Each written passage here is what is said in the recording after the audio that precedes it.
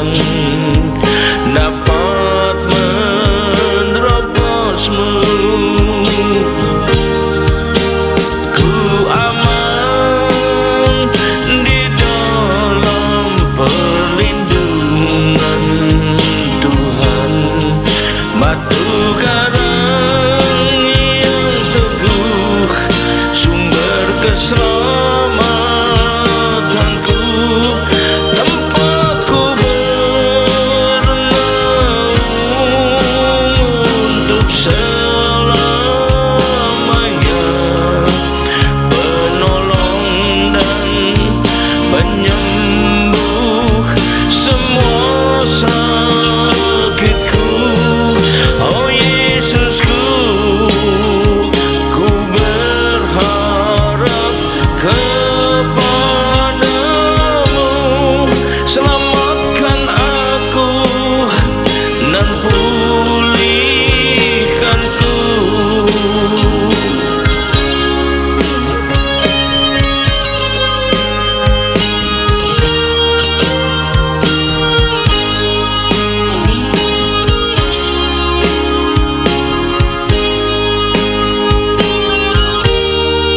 Yesus Tuhanku, Kau batu karangku,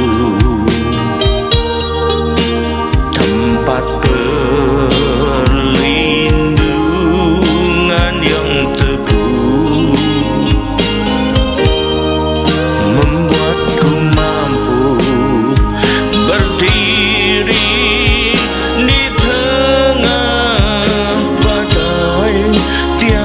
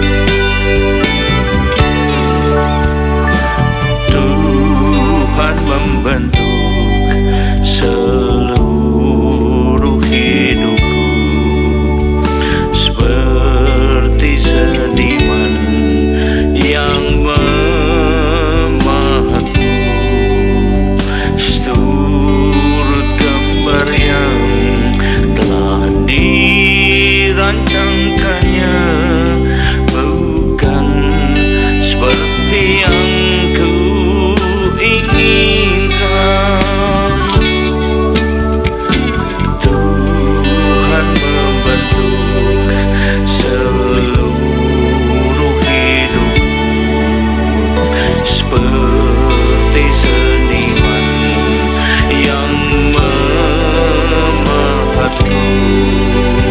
Seluruh gambar yang telah dirancangkannya bukan seperti yang ku inginkan. Dipahat, dikerat, dan diukirnya, betapa berat ku rasakannya. Ku ingin dapat tetap bertahan dan tidak memberontak.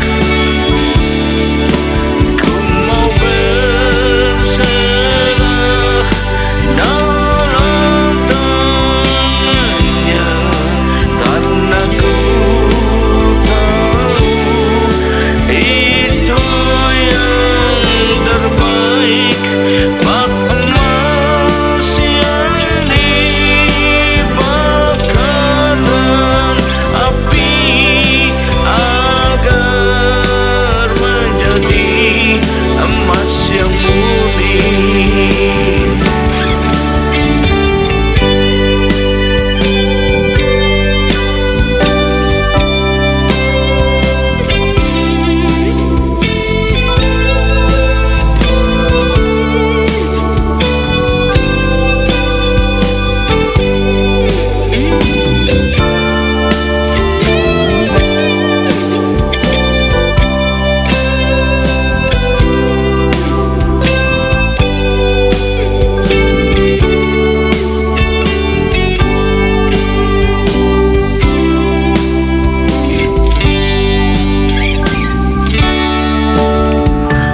Tuhan membentuk seluruh hidupku seperti seniman yang memahatku.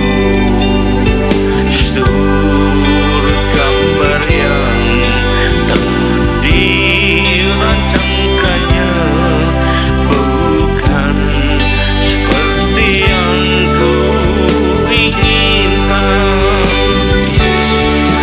Dipahat, dikerat, dan diukirnya, betapa berat ku rasakannya. Ku ingin dapat tetap bertahan dan tidak memberontak. Ku mau berserah dalam tangannya, karena ku tahu itu yang terbaik. Bak emas yang dibakar dengan api agar menjadi emas yang murni, agar menjadi emas yang murni, agar menjadi emas yang murni.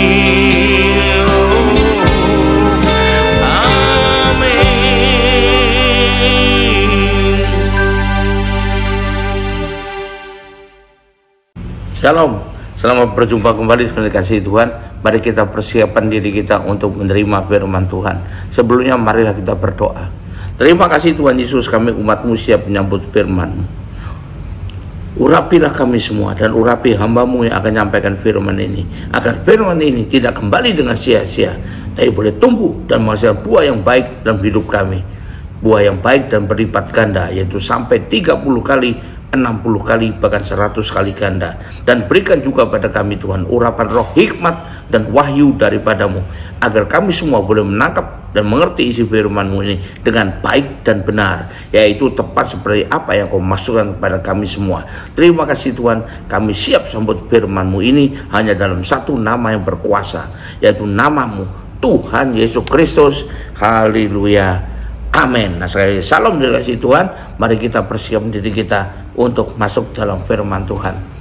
Nah, firman Tuhan pada hari ini saya pilihkan yang bertemakan Allah yang tegas.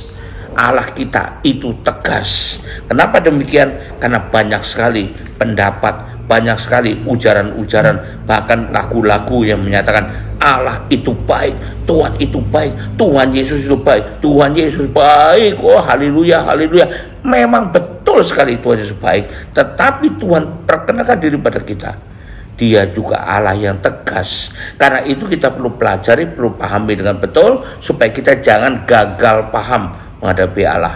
Jadi bukan cuma baik tapi juga tegas ya. Sebelum kita lanjutkan, mari kita baca dulu pernyataan Tuhan ya di Roma 12 ayat 8. Sebab itu perhatikanlah kemurahan Allah, yaitu Allah menunjukkan kebaikannya. Perhatikan kemurahan Allah dan juga kekerasannya. Kalau pakai kata dan juga, berarti kemurahan dan kekerasan itu bobotnya sama. Beda dengan kata perhatikan kemurahan Allah dan kadang-kadang juga ada kekerasannya. Itu beda. Tapi ini pakai dan juga, berarti kekerasan, kemurahan sama, baik dan tegas sama bobotnya ya. Yaitu kekerasan atas orang-orang yang telah jatuh. Jadi kalau kita jatuh dalam dosa, menentang Tuhan, maka Tuhan akan juga menyatakan kekerasannya pada kita. Tetapi atas kamu kemurahannya, yaitu nanti dulu atas kita kemurahan, haleluya apa? Nanti dulu ada syaratnya, yaitu jika kamu tetap di dalam kemurahannya. Jika tidak, nah lihat ancaman buat kita semua, kamu pun akan dipotong juga. Jelas sekali kan, itu pernyataan Allah tentang dirinya sendiri, memperkenalkan dirinya pada kita bahwa Dia Allah yang pemurah, tapi juga Allah yang keras. Jadi kalau kita tidak benar, kita juga akan dipotongnya ya. Itu jelas sekali. Lalu pertanyaannya, kalau gitu mengapa Tuhan demikian? Kok nggak baik saja sih? Ada juga orang berdebat dengan saya, nggak bisa Tuhan, itu hanya satu-satu buat saya. Tuhan Allah yang baik, tidak ada yang lain. Tuhan tidak pernah keras sama saya. Saya katakan gini, tunggu aja waktunya. Kalau kamu menyimpang, keras enggak Tuhan nanti? Wah, udah boleh gitu dong. Harus memuji Tuhan dong. Tuhan itu baik. Iya, Tuhan baik, bukan salah. Tapi Tuhan juga keras gitu. Bersamaan baik dan kerasnya itu. Jangan sampai kita salah memahami tentang Tuhan ya.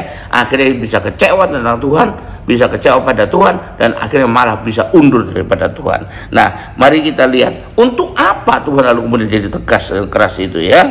Pertama, ini ya, untuk membentuk dan melatih kita ya, agar kita semakin meningkat kerohanian kita levelnya ya. Orang-orang bilang pakai istilah naik to the next level katanya ya. Ya ini, itu semua tidak dilakukan dengan instan loh ya. Tidak bisa dengan instan, tidak ngapa-ngapain saja tahu-tahu naik levelnya, tidak ada gitu. Semua melalui pembentukan atau pelatihan. Sama juga anak kelas 3 SD kalau mau naik level ke kelas 4, maka harus melalui ulangan umum terakhir. Anak kelas 6 SD kalau mau naik ke SMP, jenjang SMP, harus ada ujian akhir tahun. Maka kalau lulus naik, kalau nggak lulus ulangi lagi kelas 6 ya.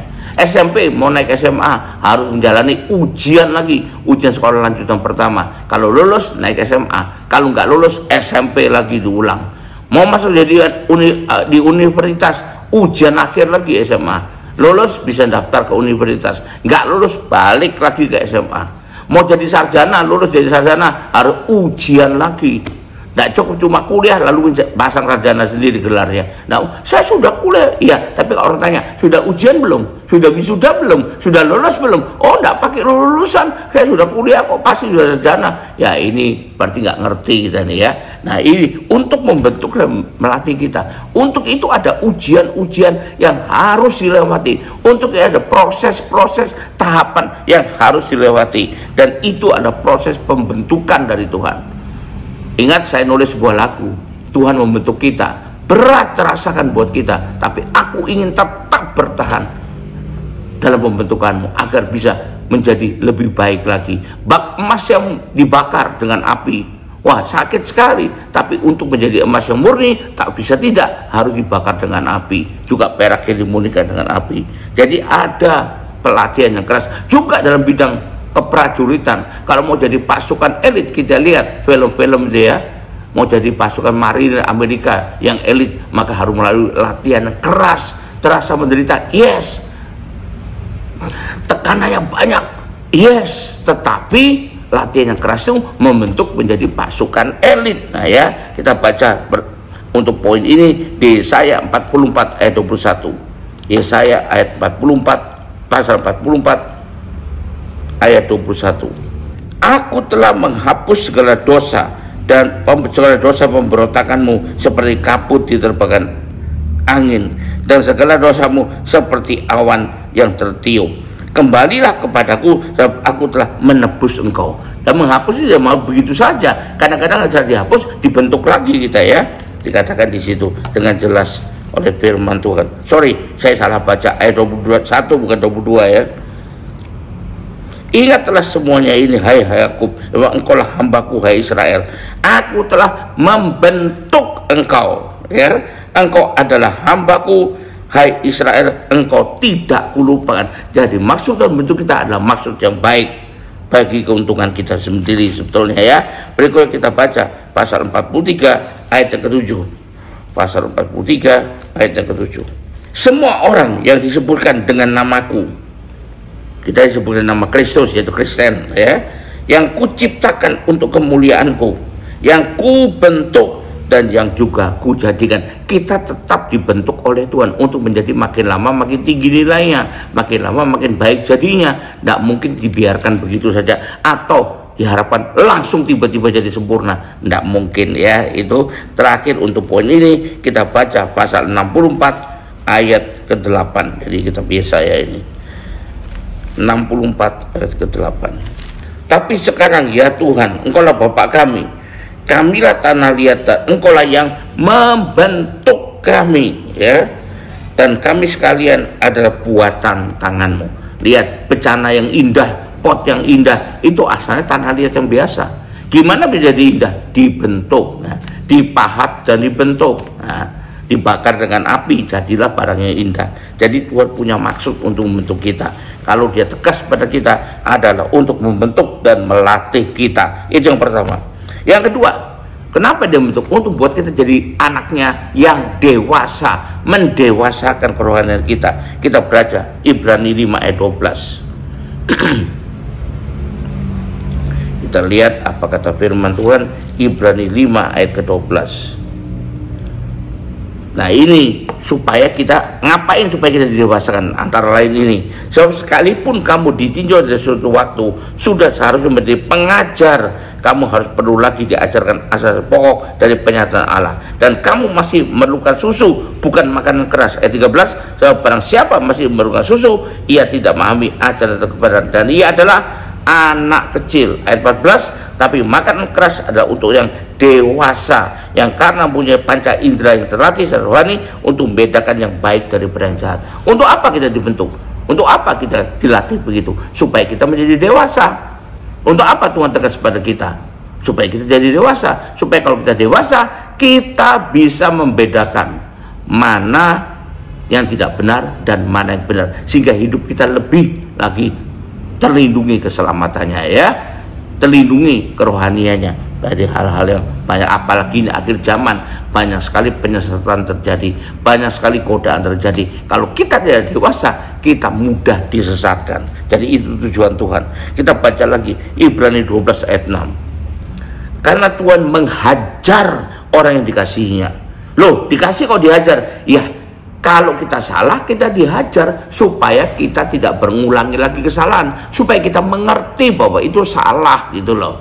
Kalau dibiarin saja, itu namanya bukan mengasihi, tapi menjerumuskan ya.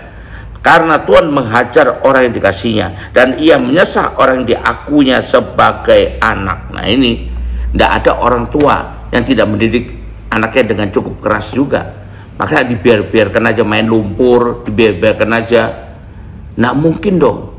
Karena itu, nah kalau melihat anaknya sedang main lumpur seenaknya, pasti ibunya atau ayah berteriak dengan keras, nak, sini pulang kamu, jangan main lumpur. Nah kenapa? Karena mengasihi anak itu, tidak mau anak itu jadi kemudian kotor semua, jatuh sakit. Jadi karenanya itu karena mengasihi, bukan karena membencinya. Jadi bedakan ya, menegur dengan keras karena mengasihi anak, karena betul-betul anaknya. Karena anak orang lain, ya bukan dia lah kewajibannya menegur, biar orang tuanya sendiri gitu loh. Walaupun kadang-kadang dia juga sempat menegur, nah anak orang lain, anak tetangga, kenapa kamu main lumpur, kan kotor semua, paling-paling sampai di situ. Tapi tidak benar, pulang sana, pulang sana.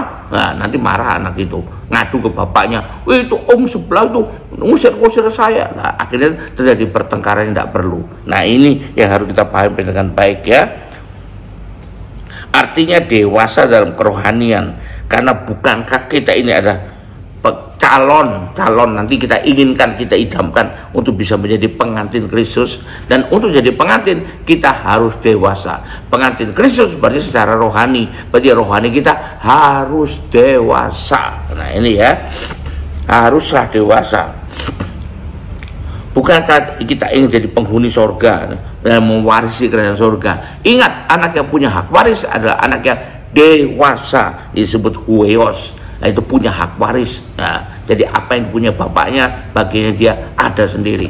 Kalau kita masih anak-anak belum dewasa, kita belum bisa melakukan itu, belum bisa mempunyai itu. Itu yang kedua. Yang ketiga, kenapa Tuhan keras dan tegas kepada kita? Untuk mengajar kita supaya kita lebih berhikmat. Hidup ini perlu berhikmat. Tidak bisa hidup hanya seperti hidup tanpa otak, tidak bisa. Hikmat itu bukan banyak orang mengatakan, ada juga yang mengatakan, bukan banyak ya, ada juga yang mengatakan, saya pernah dengar sendiri dinasihati, jangan pakai otak, pakai dengkul. Loh, kalau saya bilang ya dua-dua ada gunanya lah, karena Tuhan ciptakan, tidak mungkin ciptakan otak hanya itu ganjel isi batok kepala, tidak mungkin. Nah kita lihat bahkan firman Tuhan di kitab Amsal banyak sekali mengajar kita tentang hikmat dan pengetahuan ya, betapa pentingnya. Kita baca karena itu Amsal 9 ayat 10. Jadi berhikmat menurut firman Tuhan ada penting sekali buat kita. Bukan untuk dibuang ya. Amsal 9 ayat 10. Walaupun ada juga yang mengatakan buanglah hikmat pengetahuan itu, jangan pakai otak, pakai dengkul saja. Gimana kalau hidup manusia tanpa otak kalau gitu dong ya? Mempermalukan Tuhan, bukan memuliakan Tuhan. Permulaan hikmat adalah takut akan Tuhan. Jadi kalau mau punya hikmat, permulaan ada takut akan Tuhan. Kalau kita tidak punya hikmat, jadi permulaan aja tidak punya. Berarti takut akan Tuhan juga tidak punya kalau gitu penilainya ya.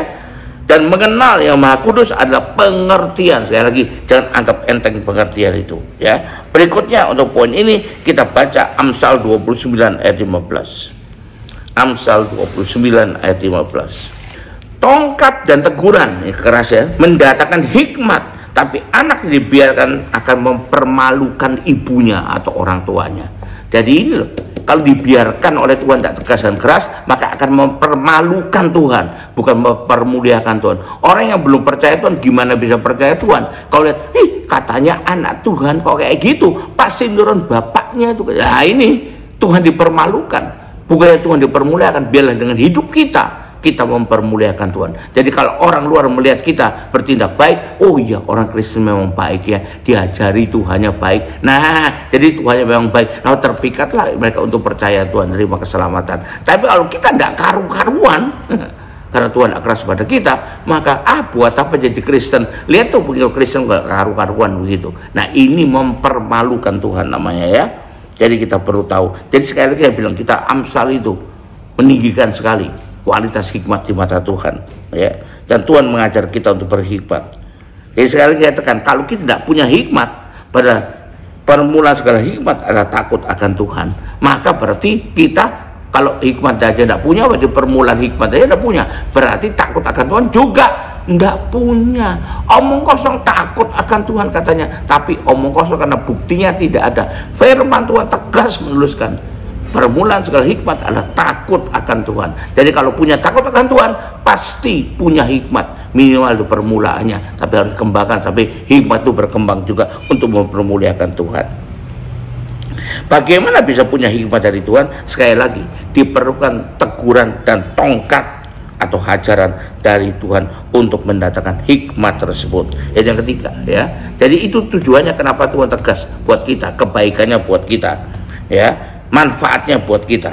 Dan yang keempat, kenapa Tuhan harus keras dan tegas pada kita? Karena supaya dia mengingat kita, supaya kita bisa jadi bahkan kalau perlu yang terbaik, bukan cuma baik, tapi yang terbaik. Tuhan ingin kita anak-anaknya, orang-orang pilihannya menjadi orang yang terbaik, ya. Kita pun tahu kalau orang dalam bidang olahraga ingin jadi juara, latihannya berat sekali, ya. Bahkan kadang-kadang menyakitkan. Latihan angkat besi itu menyakitkan dulu, apalagi kalau permulaannya. Kalau ngangkat barbel 10 kilo rasanya bisa lah. Kalau ngangkat barbel 100 kilo rasain lu.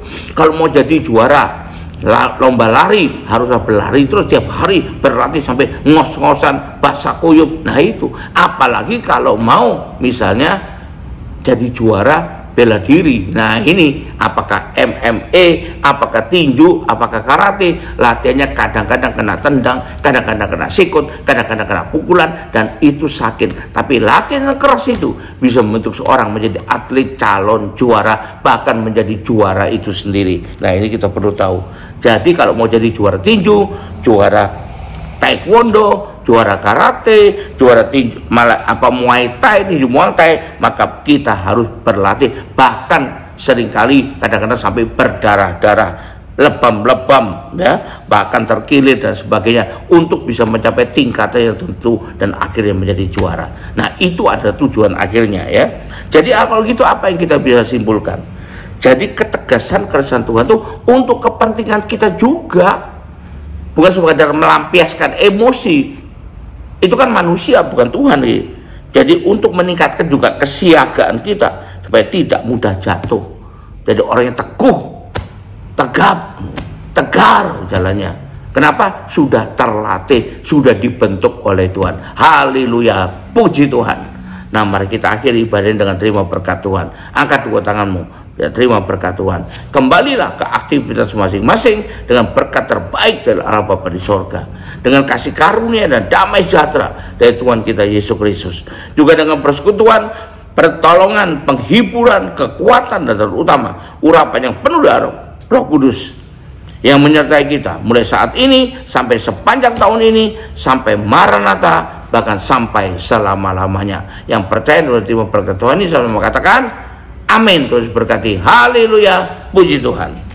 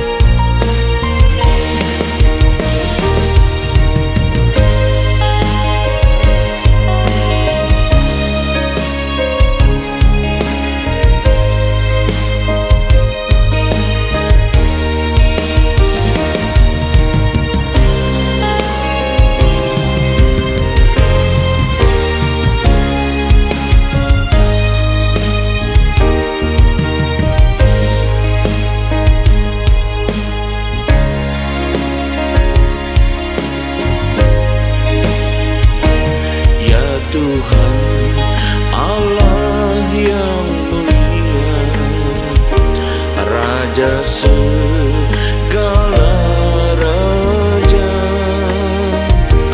penolongku yang setia, penguasa semesta. Mari kita sembah Dia dan muliakan namanya sampai selamanya. Kasih Tuhan melimpah bagi kita, tiada yang setara dengan